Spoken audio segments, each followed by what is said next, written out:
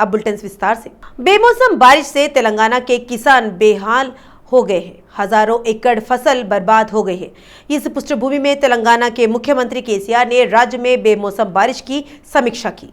तेलंगाना की मुख्य सचिव शांति कुमारी ने आदेश जारी कर सभी जिलों में अधिकारियों को बेमौसम बारिश से फसल नुकसान का आंकलन करने को कहा है। पिछले कुछ दिनों में राज्य में अलग ही माहौल देखने को मिला है। राज्य के कई जिलों में भारी बारिश के कारण फसल को नुकसान हुआ है। किसानों द्वारा बोई गई फसल पानी में डूबने से बर्बाद हो गई। इसको लेकर किसान चिंतित है। वे सरकार से मदद की गुहार लगा रहे हैं। हैदराबाद के मानिकेश्वरी नगर में अस्पताल के निर्माण के लिए बस्ती वासियों ने अनशन किया है। केंद्रीय मंत्री किशन रेड्डी ने उनका समर्थन किया है। बस्ती निवासी पिछले कुछ दिनों से अस्पताल निर्माण के लिए कानूनी लड़ाई लड़ रहे हैं। स्थानीय लोगों ने मानिकेश्वरी नगर में विश्वविद्यालय स्थल पर अस्पताल बनाने का विरोध शुरू कर दिया है। केंद्रीय मंत्री किशन रेड्डी ने कहा, आम लोगों की बुनियादी जरूरतों पर राजनीति नहीं होनी चाहिए। उन्होंने वादा किया, अगर सरकार और विश्वविद्यालय जमीन उपलब्ध कराते हैं तो केंद्रीय कोष से एम्स के बाहरी अस्पताल का निर्माण करेंगे। उन्होंने चेतावनी दी, अगर सरकार और अधिकारी लोगों की मांग पर विचार किए बिना रूखा सूखा व्यवहार करते हैं तो वे लोगों की ओर से संघर्ष करेंगे। उन्होंने तेलंगाना आंदोलन में पुलिस की गोलियों छात्रों के अधिकार को शामिल कर आंदोलन को जीवन देने वाले मानिकेश्वर नगर के लोगों के साथ खड़े होने का वादा किया है। उन्होंने कहा, सरकारी जगहों पर पार्क, थिएटर, पेट्रोल पंप और मस्जिद के होटल बनाने वाली सरकार अगर आम लोगों को और गरीब लोगों के लिए अस्पताल बनाती है तो क्या गलत है। केंद्रीय मंत्री किशन रेड्डी ने कहा, जरूरत पड़ने पर वह सरकारी अधिकारियों, सीएस और वीसी से बात करने को तैयार है। हैदराबाद शहर के टैंकबंड क्षेत्र में महात्मा बसवेश्वर जयंती समारोह आयोजित किया गया है। भाजपा प्रदेश अध्यक्ष बंडी संजय, ईटला राजेंद्र और लक्ष्मण ने बसवेश्वर की प्रतिमा पर माल्यार्पण कर उन्हें श्रद्धांजलि दी। इसी मौके पर बंडी संजय ने रेवंत रेड्डी को काउंटर दिया। उन्होंने कहा, उनकी भाग्यलक्ष्मी मंदिर आने की इच्छा पूरी हो गई है। रेवंत रेड्डी ने इसलिए आंसू बहाए क्योंकि उन्हें अपना पद खोने का डर है। पार्टी अंदरूनी कलह से जूझ रही है। उन्होंने यह नहीं कहा रेवंत रेड्डी को 25 करोड़ रुपए दिए गए थे। भाजपा विधायक ईटला ने भाग्यलक्ष्मी मंदिर के समक्ष शपथ लेने की रेवंत रेड्डी की टिप्पणी का जवाब दिया है। एक तरफ आंसू बहाते हुए रेवंत रेड्डी इस बात से नाराज है, उन्होंने असभ्य बातें की है। ईटला ने कहा, छात्र जीवन में उन्होंने आंदोलन किए हैं। उन्होंने कहा, उस्मानिया विश्वविद्यालय की तत्कालीन सत्तारूढ़ समिति के खिलाफ विरोध करने पर उन्हें और कुछ अन्य लोगों को 2 बार जेल में डाला गया था। ईटला ने रेवंत रेड्डी से सवाल करते हुए कहा, जब हम तेलंगाना आंदोलन में सड़कों पर लगातार लड़ रहे थे तब आप कहाँ थे। पूर्व सांसद जितेंद्र रेड्डी ने कहा, यह खुला रहस्य है, सीएम केसीआर ने मुनगोड उपचुनाव में कांग्रेस पार्टी को 25 करोड़ रुपए दिए थे। कहा जा रहा है कि कांग्रेस नेता इस मामले पर चर्चा कर रहे हैं। रेवंत रेड्डी से सवाल किया गया, क्या हुआ था। उन्होंने कहा, कांग्रेस को पैसा देना और पद खरीदना एक आदर्श बन गया है। उन्होंने ईटल राजेंद्र को छोड़कर किसी के खिलाफ व्यक्तिगत आरोप नहीं लगाया, जिसमें कहा गया कांग्रेस पार्टी ने मुनगोड उपचुनावों में भाजपा को हराने के लिए केसीआर से 25 करोड़ रुपए लिए थे। शिरडी साई बाबा मंदिर का 11वां वार्षिक महोत्सव कुतबुलापुर निर्वाचन क्षेत्र के गाजुला रामाराम 125वें डिवीजन के अंतर्गत महादेवपुरम में मनाया गया। विधायक केपी विवेकानंद इस वार्षिक महोत्सव के मुख्य अतिथि थे। साई बाबा मंदिर में विशेष पूजा अर्चना की गई। उसके बाद उन्होंने कहा, उन्होंने बाबा से प्रार्थना की सभी लोग खुशहाल व समुद्र रहे। इस कार्यक्रम में कस्तूरी बालराज, नागेश प्रसाद, रविंदर रेड्डी, श्रीनिवास रेड्डी और अन्य वरिष्ठ नेताओं ने भाग लिया। कुतबुलापुर निर्वाचन क्षेत्र की जनता ने सरकारी सचेतक मेडचल जिला बीआरएस पार्टी अध्यक्ष एमएलसी शांबिपुर राजू से शिष्टाचार के नाते मुलाकात की। उन्होंने अपनी समस्याओं के समाधान के लिए याचिका दायर की है। उन्होंने कहा, निर्वाचन क्षेत्र की समस्याओं को संबंधित अधिकारियों के ध्यान में लाएंगे और उनके समाधान के लिए जी तोड़ मेहनत करेंगे। इस कार्यक्रम में जनप्रतिनिधि, पार्टी परिवार के सदस्य और लोग शामिल हुए। भाजपा मेडचल शहरी जिला सचिव चिरकोपल्ली भरत सिम्हा रेड्डी ने शहर के जीडीमेटला डिवीजन का दौरा किया। उन्होंने घर घर जाकर लोगों की समस्याओं के बारे में पूछा। जब स्थानीय लोगों ने भरत सिम्हा रेड्डी को कहा उन्हें भद्रसाई नगर में सड़क की समस्या है, तो उन्होंने तुरंत जवाब दिया और अधिकारियों से समस्या का तुरंत समाधान करने को कहा। इस कार्यक्रम में कॉलोनी अध्यक्ष याकయ్య, साई, कृष्णा रेड्डी, मनोहर रेड्डी, मल्लेश, शंकर, जगदीश, राजू समेत कई पदाधिकारी शामिल हुए। कांग्रेस को मजबूत करने और अगले चुनाव में कांग्रेस को सत्ता में लाने के उद्देश्य से भट्टी विक्रमार्क पदयात्रा चल रही है। रेवंत रेड्डी की पदयात्रा खत्म होने के बाद अब राजनीतिक गलियारों में चर्चा है, भट्टी की पदयात्रा कांग्रेस पार्टी को कहां तक मजबूत बनाएगी। भट्टी विक्रमार्क पदयात्रा के दौरान कार्यकर्ताओं में उत्साह पैदा रहे। शनिवार की रात तेज और तेज हवाओं के कारण पदयात्रा के अंतर्गत रात्रि विश्राम के लिए लगाए गए टेंट गिर गए। इसीलिए रविवार की सुबह भट्टी ने अपने समर्थकों और उनके साथ चलने वालों के लिए नाश्ता तैयार किया। कर्ची घुमाकर नाश्ता तैयार किया गया। वहां मौजूद सभी लोग इस नज़ारे को दिलचस्पी से देख रहे थे। भट्टी के खाना बनाने से सभी हैरान थे। दूसरी ओर कई किसानों ने भट्टी से शिकायत की। 14 एकड़ जमीन लगाई गई सभी फसलों बेमौसम बारिश के कारण नष्ट हो गई। करीब 450 बोरी अनाज भीगकर खराब हो गए। किसान नेरला वेंकन्ना से ने अपनी पीड़ा व्यक्त करते हुए कहा, भले ही फसलें पहले से ढकी हुई थी, बारिश आएगी, पानी अनाज में खराब हो जाएगा। किसान की बात सुनने के बाद भट्टी विक्रमार्क ने कहा, किसान का कल्याण कांग्रेस पार्टी के कारण ही संभव है।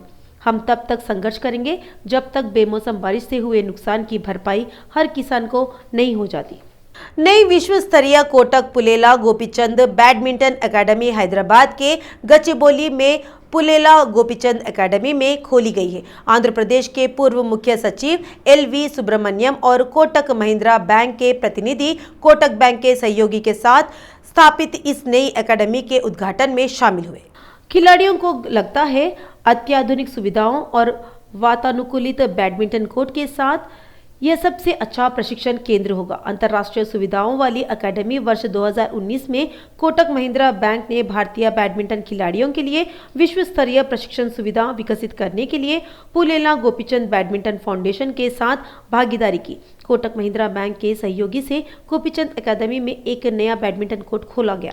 पुलेला गोपीचंद ने कहा, देश में एथलीटों को और विकसित करने के लिए यह नई प्रशिक्षण सुविधा शुरू हो गई है। यह नया केंद्र कोटक के सहयोग से अंतर्राष्ट्रीय मूल्यों को दर्शाने वाली कोचिंग सुविधाएं प्रदान कर खिलाड़ियों को गुणवत्तापूर्ण प्रशिक्षण प्रदान करने के इरादे से शुरू किया गया है।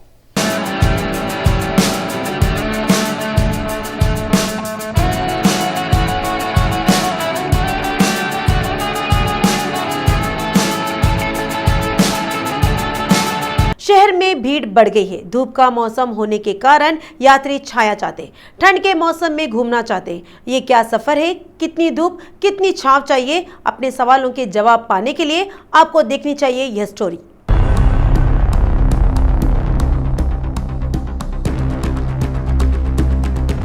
जब शहर में सूरज तपता है तो यात्री मेट्रो की ओर देखते हैं। इससे मेट्रो में भीड़ बढ़ गई है। हैदराबाद मेट्रो ने रिकॉर्ड तोड़ा है। मेट्रो स्टेशनों पर यात्रियों की भीड़ उमड़ रही है।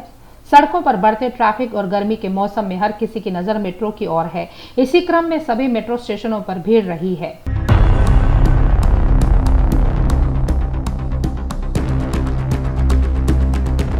नागौल से रायदुर्गम मार्ग पर यात्रियों को ट्रेन में चढ़ने में परेशानी का सामना करना पड़ रहा है। नागौल स्टेशन हालांकि भरा हुआ है। स्टेशन खचाखच भरे हुए है। यात्री सीढ़ियों तक खड़े हैं। हर 5 मिनट में सुबह के समय एक ट्रेन चलती है। अधिकारियों का कहना है नागौल और अमीरपेट रेलवे स्टेशनों की स्थिति देखें तो प्रति मिनट एक ट्रेन चलने पर भी यात्रियों की संख्या कम नहीं होगी।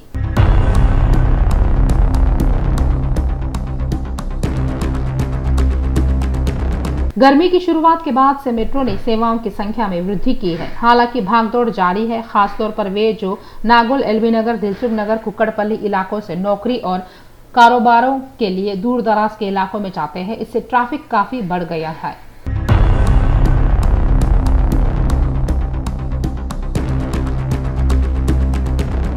उल्लेखनीय है, हैदराबाद मेट्रो अब ऐसे दृश्य देखने को मिल रहे हैं जो मुंबई और जापान में नियमित रूप से देखे जाते हैं। हाल ही में जब मेट्रो शुरू हुई, लोग देखने आए कि यह कैसे है। उल्लेखनीय है, नियमित दिनों में फिर ऐसी स्थिति देखने को मिलती है। कोरोना काल में पीक में रोजाना यात्रियों की संख्या 3 लाख के पार चली गई। फिर अब अनुमान है यह 4 लाख तक पहुंच गया है। अनुमान है गर्मी के दिनों में रोजाना 5 लाख तक लोग मेट्रो में सफर कर रहे हैं।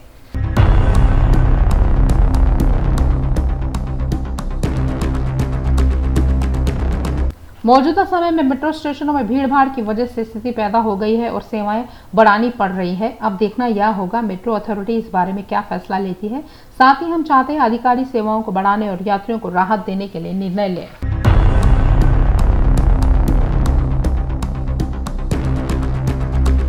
वाईएस विवेकानंद रेड्डी की हत्या के मामले में सीबीआई ने उनके दामाद नरेंद्र रेड्डी राजशेखर रेड्डी से पूछताछ की। सीबीआई अधिकारियों ने शनिवार को हैदराबाद में सीबीआई कार्यालय में राजशेखर रेड्डी से 2 घंटे तक पूछताछ की। अधिकारियों ने इस मौके पर राजशेखर रेड्डी का बयान दर्ज किया है। सीबीआई अधिकारियों ने सीआरपीसी 160 के तहत नोटिस जारी करने के बाद राजशेखर रेड्डी से पूछताछ की। इस क्रम में सीबीआई अधिकारियों ने हत्या की जगह पर मिले पत्र के बारे में सवाल पूछे। सीबीआई ने सवाल किया, विवेक को पत्र छिपाने के लिए क्यों कहना पड़ा। इस बीच पिछले कुछ समय से आरोप लगते रहे विवेक की हत्या के पीछे पारिवारिक कलह कारण है। विवेक के दूसरी बार शादी करने पर उनकी बेटी सुनीता रेड्डी और दामाद राजशेखर रेड्डी ने गुस्सा जाहिर किया। मालूम हो पहले भी राजशेखर रेड्डी और उनके भाई शिव प्रकाश रेड्डी पर आरोप लगा चुके हैं। सीबीआई के सामने बयान देते हुए कहा, वह मुझे कई बार धमकी दे चुका है। यादाद्री भुवनगिरी जिले में कुछ दूध कारोबारी मिलावटी दूध बनाकर लोगों की जिंदगी से खिलवाड़ कर रहे हैं। वे जानते हैं मिलावटी दूध लोगों को गंभीर रूप से बीमार कर सकता है, लेकिन वे अपना धंधा ऐसे करते हैं जैसे उन्हें कोई फर्क नहीं पड़ता हो। इसकी तलाश में जुटी एसओटी पुलिस ने हाल ही में पोचमपल्ली मंडल में एक मिलावटी दूध निर्माण केंद्र पर छापा मारा। छापेमारी में बड़ी मात्रा में मिलावटी दूध बरामद किया गया। दुग्ध केंद्र को जब्त करने वाली पुलिस ने कहा, जिले में मुख्य रूप से बोलारामारम, बीबी नगर, भुवनगिरी और भूदारम पोचमपल्ली मंडलों में छापेमारी की जा रही है। पुलिस ने कहा, खाद्य पदार्थों में मिलावट अक्षम्य अपराध है। उन्होंने कहा, मिलावट से लोगों को गंभीर नुकसान होगा। ऐसी घटनाओं को किसी भी सूरत में नजरअंदाज नहीं किया जा सकता है। ऐसे मामलों की जानकारी देने वालों के नाम गोपनीय रखे जाएंगे। वजन घटाने के नाम पर बिजली के झटके दे रहे हैं। लापरवाह इलाज से जान जोखिम में पड़ रही है। वजन कम करने के लिए संस्था में शामिल हुए महिला की जान चली गई। वजन कम करने के लिए कलश से जुड़ी महिला का उनके द्वारा उपकरणों और नियमों का पालन करने के चक्कर में जान से हाथ धोना पड़ा। पीड़ित परिवार के लोग मांग कर रहे हैं, जान से खिलवाड़ करने वाले कलश संगठन को बंद किया जाए। दरअसल हुआ यह है, अशोक और महेश्वरी दंपति सिकंदराबाद कारखाना में रह रहे हैं। वे एक गरीब परिवार से हैं। पति अशोक प्राइवेट नौकरी करता है और परिवार का भरण पोषण करता है। इस बीच 81 किलो वजन महेश्वरी का वजन कम करने के लिए कारखाना कलश में इलाज चल रहा है। टीवी और सोशल मीडिया पर विज्ञापनों से आकर्षित महेश्वरी वजन कम करने के लिए इसमें शामिल हुई। कलश के स्टाफ ने कहा, वे इस बैकग्राउंड में 15 किलो वजन कम करेंगे। 40,000 के पैकेज में पीड़ित महेश्वरी इसी माह की 15 तारीख को 7,000 रुपये देकर शामिल हुई थी। पहले दिन मसाज, दूसरे दिन स्टाफ का इलाज इलेक्ट्रिक वाइब्रेट मशीन से किया गया। इससे उसे उल्टी होने लगी। कलश के स्टाफ ने कहा, यह सामान्य बात है। इसी महीने की 21 तारीख को दोबारा कॉल किया और इलेक्ट्रिक वाइब्रेट ट्रीटमेंट किया गया। उल्टी और पेट दर्द के कारण महेश्वरी कलश के ऑफिस के वॉशरूम में गिर पड़ी। हालांकि कलश प्रबंधन और कर्मचारियों ने इसकी परवाह नहीं की। साथियों की सूचना पर पति व परिजन महेश्वरी को स्थानीय नवजीवन अस्पताल लेकर पहुंचे। उसकी जांच करने वाले डॉक्टरों ने कहा, हालत चिंताजनक है। इस पर पति, उसकी बहन और रिश्तेदारों ने चिंता जताई। उन्होंने कलश कंपनी को बंद करने की मांग की, जिसने वजन कम करने के लिए लोगों को अपने जीवन में उतारा था। पीड़ित के परिजनों ने कारखाना पुलिस में शिकायत दर्ज कराई है। विशेषज्ञों का सुझाव है, आपको ऐसे संगठनों पर विश्वास नहीं करना चाहिए जो इस तरह से वजन कम करने का दावा करते हैं, बल्कि शारीरिक गतिविधि और खाने की अच्छी आदतों के माध्यम से अपने वजन और स्वास्थ्य को मजबूत करना चाहिए। हैदराबाद के गच्चीबोली में इंसोफी सॉफ्टवेयर कंपनी ने बोर्ड पलट दिया है। इसने यह घोषणा करके अपना हाथ खड़े कर दिए, कर्मचारियों को 1.5 साल से बिना वेतन दिए नौकरी से निकाल दिया गया है। नतीजतन 700 कर्मचारी सड़कों पर आ गए। ईमेल के जरिए कर्मचारियों की घोषणा के बाद इंसोफी कंपनी के कर्मचारियों ने कंपनी के सामने विरोध जताया। इंसोफी कंपनी में इस समय 700 कर्मचारियां हैं। ऐसा लगता है उसने विभिन्न बैंकों में करीब 650 लोगों से 4 लाख रुपए और 50 लोगों से 10-10 लाख रुपए की दर से कर्ज लिया था। 1.5 साल तक वेतन नहीं मिलने के बावजूद कर्मचारियों ने काम किया, लेकिन उन्हें अचानक मेल में नौकरी से निकाले जाने की घोषणा से झटका लगा। सभी कार्यालय पहुंचे, लेकिन कार्यालय पर पहले से ही ताला लगा हुआ था। इस पर उन्होंने कार्यालय के सामने धरना देना शुरू कर दिया। बाद में उन्होंने इंसोफी के खिलाफ पुलिस शिकायत दर्ज कराई, जिसने उनके साथ गलत किया था। पुलिस कितने सालों से इस संगठन को चला रही है, कर्मचारियों के नाम पर किन बैंकों में कर्ज लिया गया है, जैसे कई अहम पहलुओं पर जांच कर रही है।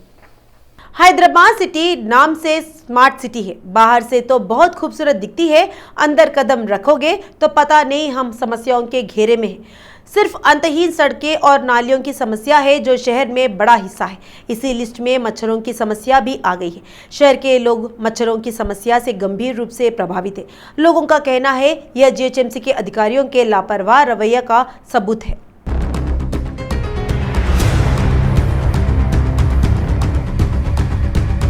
जीएचएमसी ने मच्छर नियंत्रण के लिए पिछले 2 साल में 42 करोड़ रुपए खर्च किए हैं, यानी शहर प्रति नागरिक प्रति वर्ष 2 रुपए खर्च कर रहा है। अधिकारियों का ये कहना है कि नियमित रूप से फॉगिंग की जा रही है और बीमारियों को फैलने से रोकने के उपाय किए जा रहे हैं, लेकिन जमीनी स्तर पर स्थिति कुछ और ही है। करोड़ों खर्च करने के बावजूद मच्छरों की समस्या कम नहीं हो रही है।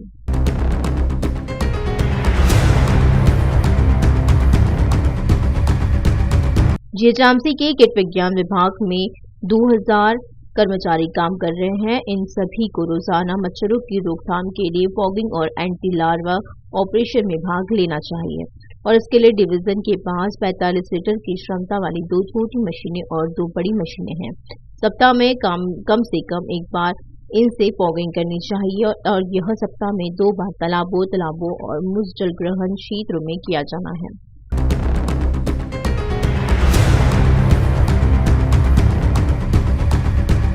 एक कर्मचारी के अधीन 100 से 150 घर होते हैं। हालांकि फॉगिंग और एंटी लार्वा का काम ठीक से नहीं किया जा रहा है क्योंकि अधिकारी एंटोमोलॉजिस्ट स्टाफ को अन्य कार्य सौंप रहे हैं। साल में कम से कम 2 बार एंटी लार्वा ऑपरेशन करने के लिए कोई समय नहीं दिया जाता है। बहुत से लोग आरोप लगा रहे हैं कि कर संग्रह, चुनाव, बीएलओ ड्यूटी, आधारभूत आईडी लिंक और शहर विकास, बथुकंपा, साड़ियों के वितरण आदि सभी कार्यक्रमों के लिए एंटोमोलॉजी स्टाफ का उपयोग किया जा रहा है, जो मच्छर नियंत्रण उपायों की प्रभावित कर रहा है। जीएचएमसी के अधिकारी को लोगों की समस्याओं पर ध्यान देना चाहिए। समस्या का समाधान शीघ्र करते हुए मच्छरों के आतंक को खत्म किया जाना जरूरी है, अन्यथा लोग अस्वस्थ हो सकते हैं।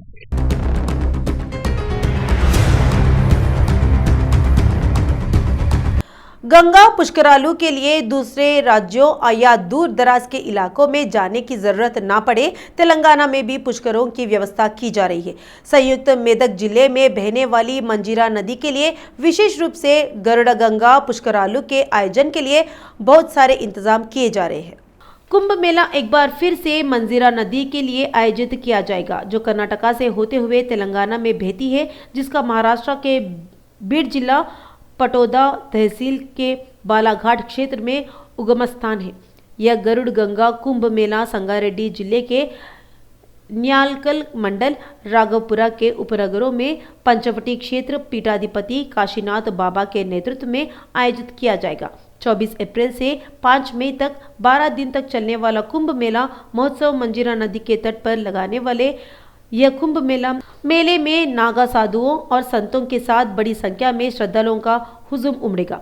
कुंभ मेला यहाँ वर्ष 2010, 2013 और 2018 में आयोजित किया गया था। इस बार उसी स्तर पर कराने की व्यवस्था की जा रही है। देश भर में आने वाले श्रद्धालुओं को किसी तरह की कोई परेशानी ना हो, इसके लिए अधिकारी और आयोजक व्यवस्था कर रहे हैं। श्रद्धालुओं को दान देने के लिए विशेष शेड, RWS और मिशन भागीरथ के माध्यम से पीने के पानी की व्यवस्था की जा रही है। पवित्र स्नान करने के लिए विशेष घाटों का निर्माण किया गया है। लगातार बिजली आपूर्ति सुनिश्चित करने के लिए बिजली विभाग कदम उठा रहे हैं। 12 वर्ष में एक बार पड़ने वाले इस पर्व में पहले और अंतिम 12 दिन विशेष माने जाते हैं, इसलिए श्रद्धालुओं के भारी संख्या में आने की संभावना है। गंगा आरती के लिए अधिकारी यहाँ खास इंतजाम कर रहे हैं। टॉलीवुड अभिनेता शरद बाबू का स्वास्थ्य चिंताजनक प्रतीत हो रहा है। उन्हें इस महीने की 20 तारीख को हैदराबाद के AIG में उनके परिवार के सदस्यों और करीबी दोस्तों ने भर्ती कराया है, जो कुछ दिनों से बीमार चल रहे हैं। तब से उनका वही इलाज चल रहा है। चूंकि उनका पूरा शरीर सेप्सिस है, इसलिए अस्पताल के सूत्रों के मुताबिक इसका असर किडनी, फेफड़े, लिवर और अन्य अंगों पर पड़ रहा है। मालूम हो फिलहाल उनका ICU में वेंटिलेटर पर इलाज चल रहा है। जानकारी के मुताबिक डॉक्टरों ने कहा जब तक कुछ घंटे और नहीं बीत जाते तब तक वह उनकी स्थिति के बारे में नहीं बता पाएंगे। शरद बाबू ने कई तेलुगु फिल्मों में काम किया है। उन्होंने टॉलीवुड इंडस्ट्री में अपना एक खास नाम बनाया है। उन्होंने 220 से ज्यादा फिल्मों में काम किया। नायक के रूप में उनकी पहली फिल्म रामराज्यम थी और जो 1973 में रिलीज हुई थी। बाद में कन्नेवैसु फिल्म में अभिनय किया। हीरो ही नहीं बल्कि कई फिल्मों में सपोर्टिंग एक्टर के तौर पर भी नजर आए।